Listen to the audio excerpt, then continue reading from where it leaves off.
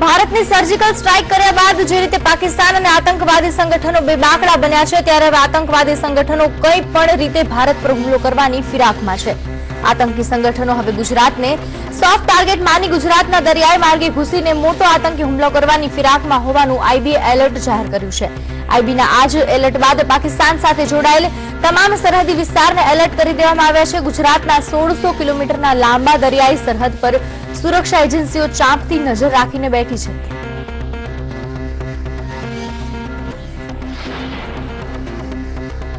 High alert અંતર્ગત દરિયાકાંઠાના ધાર્મિક સ્થળ આતંકીઓના નિશાના પર હોવાનું જણાઈ રહ્યું છે. આઈબીએ આ જાહેર એલર્ટ કર્યું છે. દરિયાઈ માર્ગે આવીને હુમલો કરી શકે છે આતંકીઓ. ગુજરાતના દરિયાકાંઠાથી આવ્યા હોવાની છે આશંકા. દરિયાકાંઠાના જાણીતા ધાર્મિક સ્થળો નિશાના પર છે.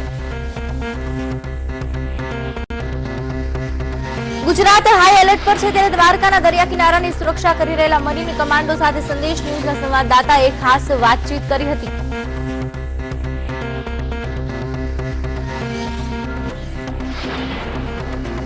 રોજી બંદર ખાતે ઉભા છે, જ્યાં 15 જેટલા મરીન કમાન્ડો આ બંદર ખાતે ફાળવવામાં આવ્યા છે. આપણે તેમને જ પૂછીએ કે ખાસ કરીને આજે જામનગરનો દરિયાકાંઠો સંવેદનશીલ માનવામાં આવે છે. આપ કેવા પ્રકારની ભૂમિકા ભજવી રહ્યા છો અને આપણી પાસે જે હથિયાર છે એની મારક ક્ષમતા વગેરે કેટલી છે? સર, મારી પાસે જે હથિયાર છે એ ઇન્સાસ સ્મોલ આર્મ સિસ્ટમ છે. તેની 400 મીટરની માર્ક ક્ષમતા છે અને અત્યારે અમે જે હાઈ એલર્ટ ચાલી રહ્યું છે તેમાં અમે અત્યારે સક્રિય ફરજ બજાવી રહ્યા છીએ. અમે 3 શિપની અંદર ડ્યુટી કરીએ છીએ. બોટ જ્યારે પેટ્રોલિંગમાં જાય છે ત્યારે કોઈ પણ શંકાસ્પદ વસ્તુ હોય એને અમે પૂરતી રીતે ચકાસણી કરીએ છીએ. ત્યારબાદ બોટ ચેકિંગ કરીએ છીએ. માછીમારી બોટને સઘન પૂછપરછ કરીએ છીએ. બાકી જે ખાલી રસ્તો મનનો ચેનલ છે, કોઈ મેંગ્રુવનું જંગલની બાજુનો વિસ્તાર છે એ પણ ચેક કરીએ છીએ. એવી રીતે અમે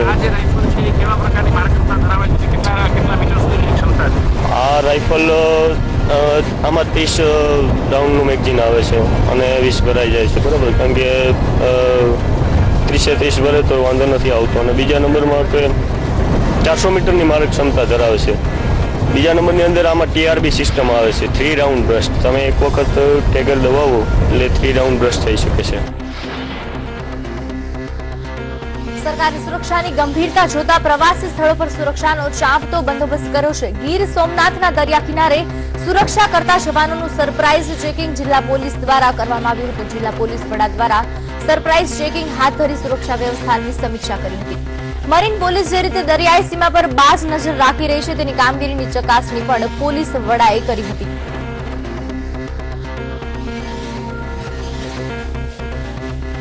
સૌરાષ્ટ્રની જળસીમાનો ઉપયોગ કરી આતંકીઓ ઘૂસી શકે છે તેવા એલર્ટ વચ્ચે રાજકોટમાં પણ સુરક્ષા વ્યવસ્થા સઘન બનાવી દેવાઈ છે. એક સ્પેશિયલ ટાસ્ક ફોર્સ સુરક્ષાને ધ્યાને રાખી રાજકોટ શહેર police commissioner, DCP, ACP, PI, QRTSના કમાન્ડો સહિતનો સ્ટાફ આ ચેકિંગમાં તૈનાત હતો, જ્યારે ખુદ જિલ્લા કલેક્ટર પણ આ ચેકિંગ દરમિયાન હાજર રહ્યા હતા.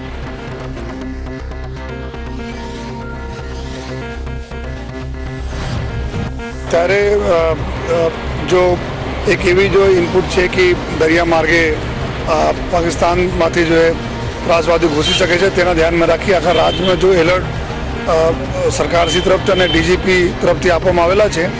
એના અનુસંધાને રાજકોટ શહેરના તમામ જગ્યાઓ પર તમામ જો એન્ટ્રી એક્ઝિટ પોઈન્ટ છે એના ઉપર જો નાકાબંધી કરવામાં આવેલા છે. અને જેટલા બી મેન ચોક છે, જો જાહેર જગ્યાઓ છે એના ઉપર ચેકિંગ ચાલી રહી છે.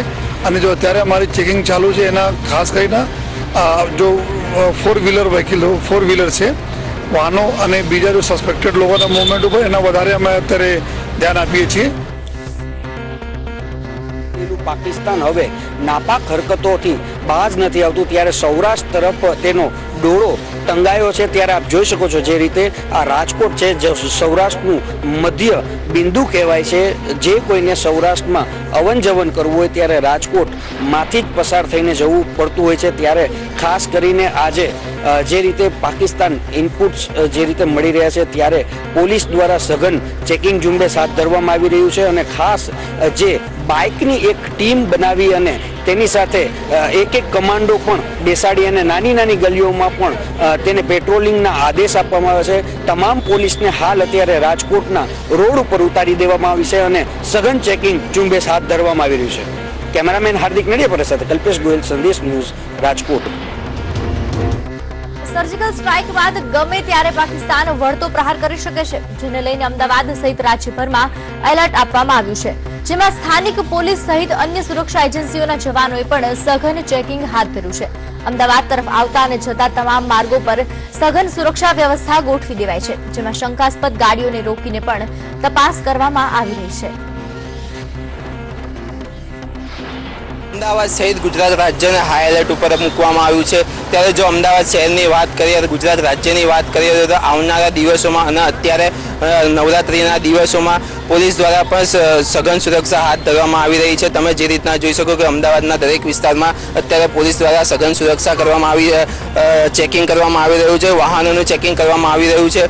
પોલીસ દ્વારા એક અહેમ ઉપાડવામાં આવી છે અને આવનારા સમયમાં ગુજરાત રાજ્ય ઉપર અથવા તો અમદાવાદ શહેર ઉપર કોઈ સંકટ ના તોડાય તે માટે પણ પોલીસ ચુસ્ત બંદોબસ્ત રાખી રહી છે. કેમેરા પર્સન એકદમ મોહન સાથે પાર્થ જાની, સંદેશ ન્યૂઝ, અમદાવાદ.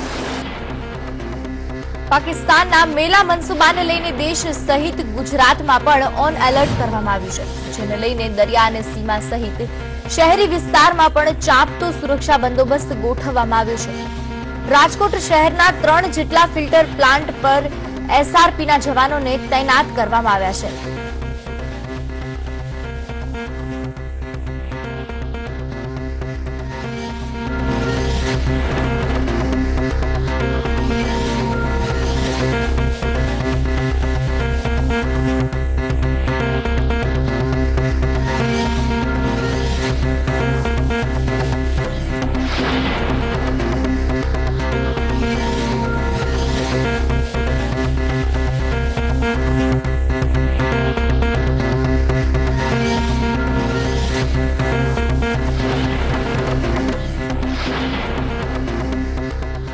સંદેશ ન્યૂઝના અહેવાલને વધુ એકવાર પડઘો પડ્યો છે. હાઈકોર્ટ વચ્ચે વલસાડ જિલ્લામાં કસ્ટમને પેટ્રોલિંગ માટે આપવામાં આવેલી બોટ મગોદ ગામે ધૂળ ખાઈ રહ્યાના સંદેશ ન્યૂઝે અહેવાલ પ્રસિદ્ધ કર્યા હતા. સંદેશમાં અહેવાલ પ્રસિદ્ધ થતાની સાથે જ જિલ્લા વહીવટી તંત્ર સફાળું જાગ્યું છે. જિલ્લા કલેક્ટર રેમ્યા મોહન કસ્ટમ વિભાગને નોટિસ ફટકારી અને જવાબ માંગ્યો હતો.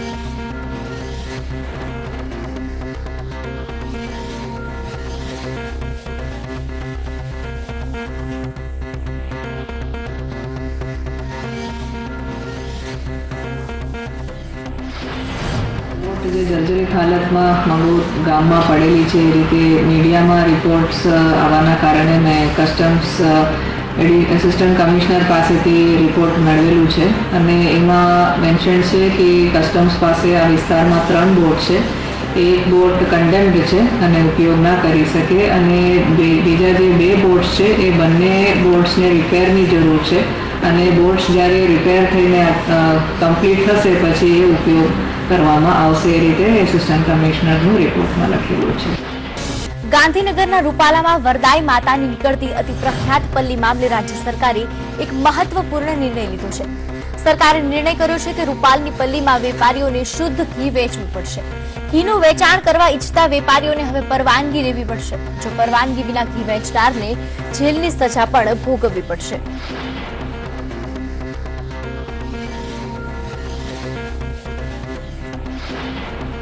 બનાસકાંઠામાં પણ બપોર બાદ આકાશમાં કાળા ડિબાંગ વાદળો છવાઈ ગયા હતા અને સાંજના એકાએક મેઘરાજાએ ધમાકેદાર એન્ટ્રી કરી હતી. સતત 1 કલાક સુધી મેઘરાજાએ તોફાની ઇનિંગ રમતા અત્ર સર્વત્ર પાણી થઈ ગયું હતું. વરસાદના કારણે ગ્રાઉન્ડમાં પાણી ભરાઈ જતા ફરી ખેલૈયાઓ અને આયોજકોનું 5મું નોરતું પણ બગડ્યું હતું.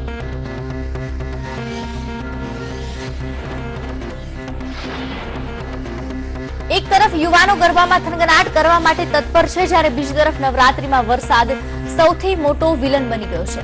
જોકે ખેલૈયાઓ વરસાદની પણ પરવા કર્યા વગર ગરબા રમવાનું ચાલુ રાખે છે. રાજકોટના વિરાણી હાઈસ્કૂલ ખાતે યોજાયેલ ગરબાના કાર્યક્રમમાં પોલીસ જવાનો મન મૂકીને ગરબે ઘૂમ્યા. મેદાનમાં કીચડ હોવા છતાં રાજકોટના સીપી, ડીસીપી સહિતના જવાનોએ ગરબાની મોજ માણી.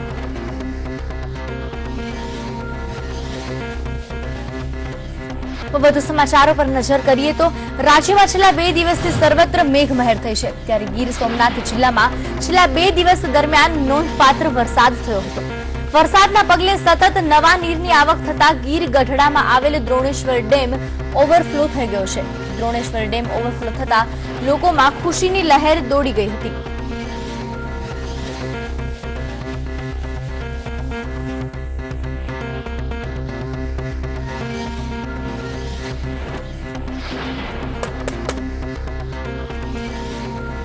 આમ તો વરસાદ આવે એટલે ખેડૂતોમાં ખુશી જોવા મળે છે, પરંતુ ચોમાસાની